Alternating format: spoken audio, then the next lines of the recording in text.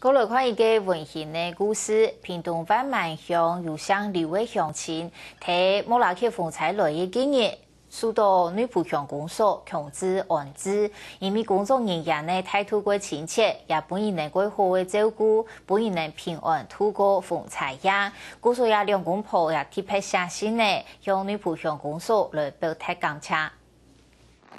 莫拉克风采8月8号侵袭台湾，造成过度的桥梁封闭，道路多处积水，交通中断。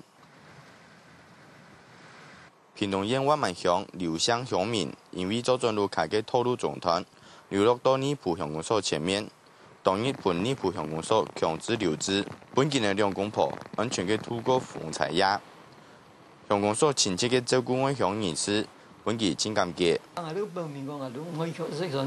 不至于有生意做，他没生意做个另外一回事啊。我是帮我是因为乡人，但是呢也同样按亲切、按主动做他的。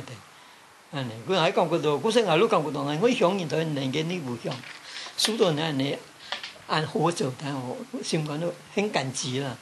故所特别写信来到女仆乡公所，感谢今年团队的照顾。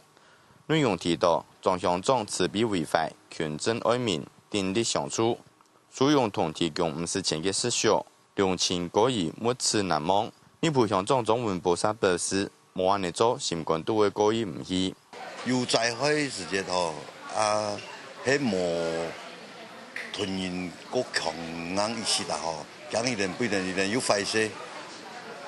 也会发生问题的话哦，心理上真是过意不去，所以我不管万人迄种有困难来到乡公所，平常啊，同样来到乡公所，我就第一个困难我就会一对对人帮助安尼。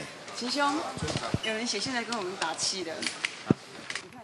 尽管有人建议要将一封信来编入公所的网站，不过乡长认为照顾乡民本身都是应该做的，冇必要对外张扬。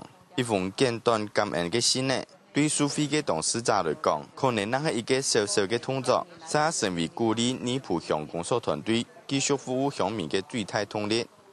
客家新闻潘胜旺评论报道。